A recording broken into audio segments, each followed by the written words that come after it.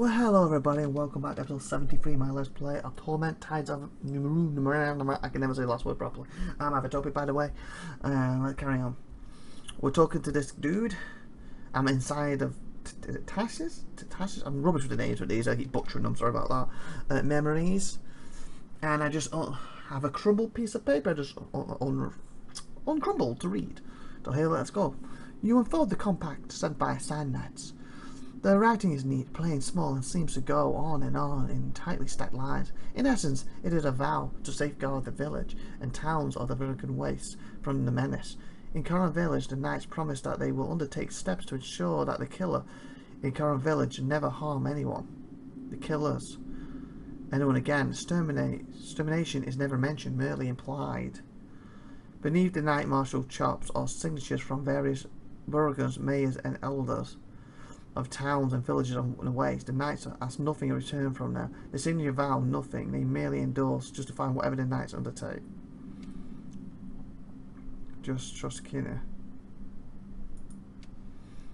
Nia cocks his wide head.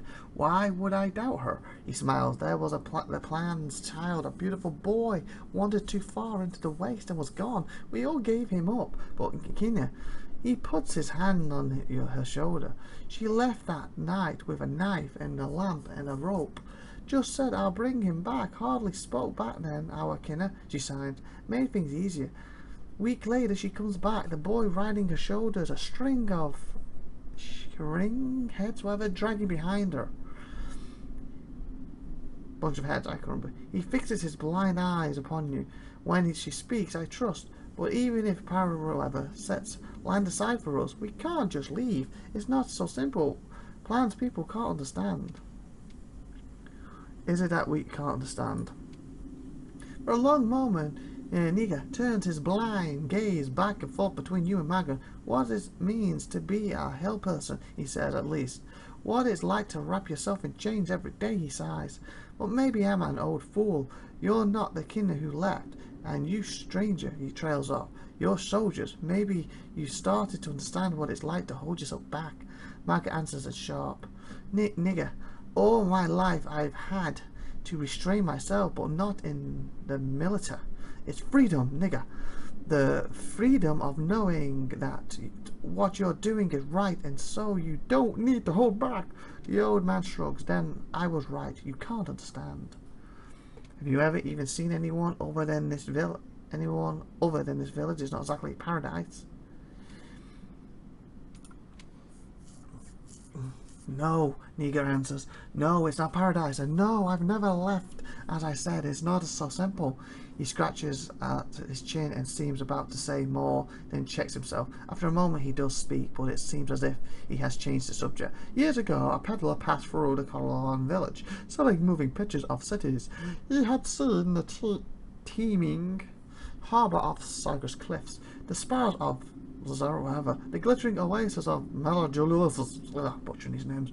Among all the places, there was none that would be home. He shrugged. But you're surely right, that they're not worse than these rocks. Hundreds of Sand Knights camped a few hours' ride from here. You need to make a decision. The only time it's too late to start a new life is when you're dead. Give your people a chance to survive. Too stubborn to take the military's gift, you deserve the rope and daggers the Sand Knights are bringing instead.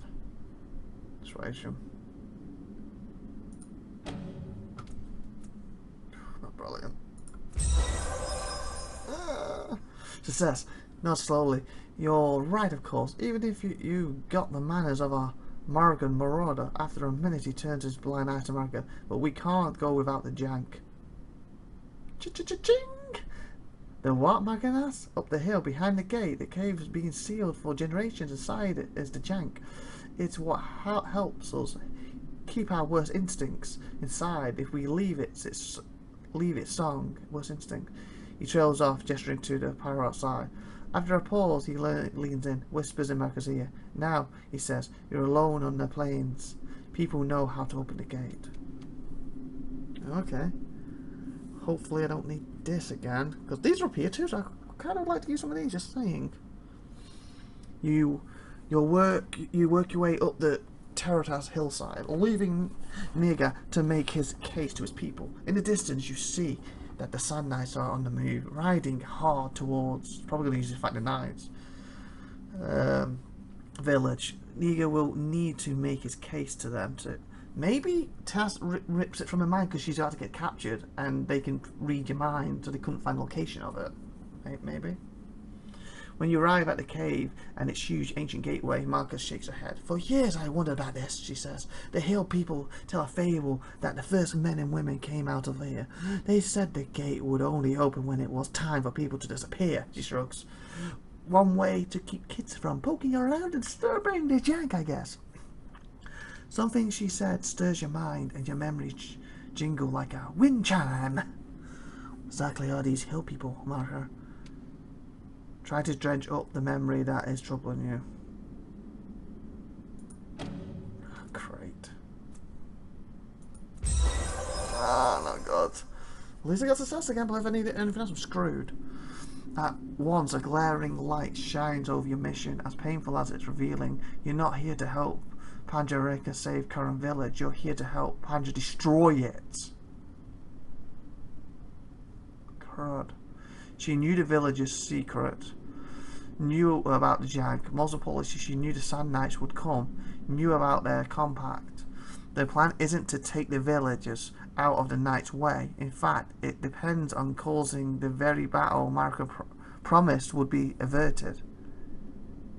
Depends on causing the very battle Marco promised would be averted. When the Knights arrive, Panjak will destroy the Jank, forcing the hill people into their feral state, unleashing them upon the Knights, weakening one of the military foes. Padre's coming in person to see that all goes right. Oh crap. Okay. Can't open the gate. He's planning to destroy the Jank. And I've got nothing left. Of course.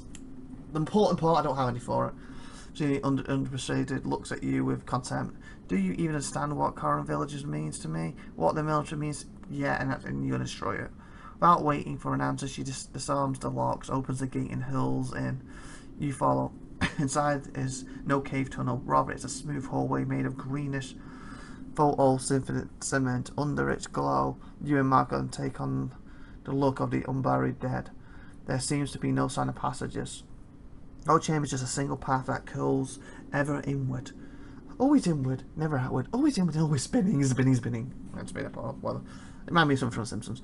Anyway, getting back to it. Where I'm up to, lost my spot. Oh, fudge, I should have gone off on a Simpson tangent. America take the look of the unburied dead. There seems to be no side passage chamber near that. Inward, like you are in the shell of some great nunchals. From time to time, the walls are adorned with lifeless, scepters, corrupt is what they are, arcane charts, even torch marks as if from a struggle or indescribable. Last you reach the tunnel's end, and there on a pedestal before you is what must be the Jank, a kind of reed flute that plays an endless, formless song, at once almost too faint to hear and too haunting to bear. Whenever the music is caused by the breeze blowing through the tunnel or by the Jank itself is impossible to determine. The cinematic pedestal beneath it, alone of all the devices in the cave, so pulsate with living energy. The energy caused the Jank to float a fraction of an inch into the air. It doesn't rest on pedestals so much as hangs above it. So says Micah, here it is. What do you think this place is? Examine the Jank and the pedestal. Grab the Jank. Grab the Jank. The moment your hand closes around the Jank, a shiver ripples through your body, a physical premonition of the agony that swiftly follows as the pedestal's booby trap is triggered. Of course it is. You can neither release the Jank nor pull it free. Indeed, you cannot move at all except to shudder as violent energy courses through you. Yes, Mackin cries. The split second before the response seems a lifetime, as it could have been were her reflectors not so honed. She slams herself into you, breaking the circuit, even as the current passes into her. Maybe it wipes the memory, that's how it happens. Two of you lie trembling and smoking on the cement floor. Mackin raises first, pulls you to her feet and takes the Jank. Let's go. She's got a crush to the Jank anyway. They're waiting for us at the gate. A woman you immediately know to be Pararin and her bodyguard, half a dozen tattoo cast-offs with drape, armour, mismatched weapons, and the Langan readiness of predators. Past them in the village below, you see the Sand Knights have arrived and are meeting with Merrigan and the villagers. Without warning, one of the bodyguards lowers his weapon at Merrigan and fires, but she's already moving and takes a glancing blow. A knife is in her hand as another glaive aims at a new device. Before Merrigan can fling her blade, she's frozen, trapped in shimmering energy, and she's got the finger, crud. So let me read that again. When warning, one of the bodyguards lowers his weapon at Merrigan, so he lowers it and fires, so he fires at her, so it's basically that picture. So she's already moving and takes a glancing blow. Herself aims a tiny crimson at the jank. The others watch, paying you little mind. What are you doing? Run for your life while they are occupied. Attack them before they have a chance to hurt Merrigan or take the jank. Have to do that. Please, it's going to give me this because I've got that 7. You rush forward knowing that you have only an instant until the killer's eyes and arms are turned on you. The instant is shorter than you expected, and it is the last you know. Pain engulfs you. Your body is flung backwards into the gate, a smouldering ruin that has just enough conscience to know that this is the end. And then it's over, and you're sloughing off Tash's body, Tash's mind, and all this dark crap. Did I try to change history? Did he run? Life. As your conscience rises from the shadow of the mirror, something clicks in your mind. It gets changed deep inside you, but what? Stares at you, the shock painful obvious on her face. She's got the memories for that.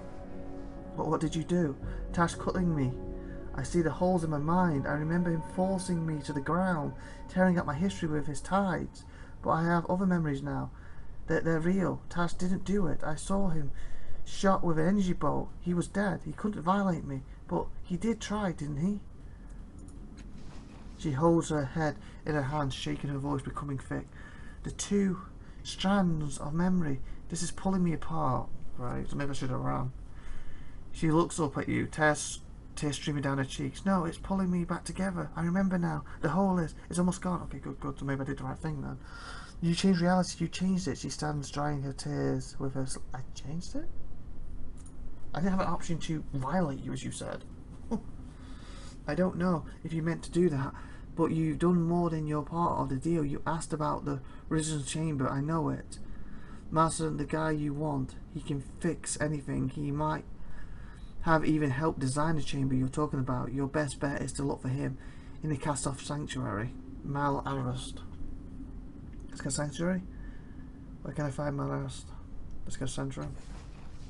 It's a sanctum, a refuge created by the first and our sire. Is shielded from the sorrow, supposedly, she shrugs.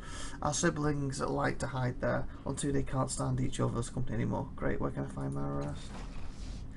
Word of caution, they won't believe you in Mal Arust. They'll treat you like they treat every new cast-off, as a pawn in the games in their games with each other. Look out for that. She walks to her table and rolls a map of certain process. You're not going to find it by walking there. The entrance is a secret, known only to our kind. Here, she points to a spot on the map, many kilometers to the northeast, so not the elephants, so northeast that way, of Cycling Cliffs, the Valley of the Dead Heroes. There's a hidden pool in Nakopos. Also memorize this. She writes the number 3431. Okay, I'm assuming the character remembered that, but I'll write down just to be safe. 3431. Well, 3431, not 33. Down on a slip of paper, holds it in front of your eyes for several seconds, then crumples it in a hand. It's a code. It'll make sense when you get to Necropolis. You'll need an airship to get to the... Oh, crud, he wants to fly, won't he? The valley. The ladder over there leads up to the cavern. You should be able to hire a ship without too much difficulty. Thank you again. Can I ask some more questions? Thank you, Merrigan, and farewell. Okay. I'm ready to learn something new. Fine, what do you want? Can you tell me more? Tell me about Myra Averson again. What's the story with cast-off? Okay, the question was already asked is, I don't know what's the story with you and your other cast-offs. How many cast-offs are there anyway? Actually, I don't think I have asked this, have I? She shrugs. Hundreds. Who knows? Supposedly the changeling god went to other worlds, bent time and space, slipped through dimensions, and he always had his spare bodies with him. There could be thousands, millions for all I know. Story with you in the guest office. I don't think how that stays actually. She gives you a long, slow look. You were in the mirror. You saw what happened. I wanted to make a difference. And they P-word on my hopes. After the debacle, I killed Tash and fell out with the rest of them. She frowns. The conflict between the first and the change of God swallows all our siblings, one way or the other. I didn't want that. I wanted to make my own way. They were pleased, and here I am. No worse for the lack of their company. And with that, I'm going to end this episode. We can continue asking her stuff next time, and hopefully get on this little route out of here. Gone. We're going. Yes. So please like, please subscribe, please hit the little bell, please share this video. Please have a wonderful, spectacular time. Put any comments in, please like it if you want. That'd be great. Bye everyone. Have a great one today. Bye.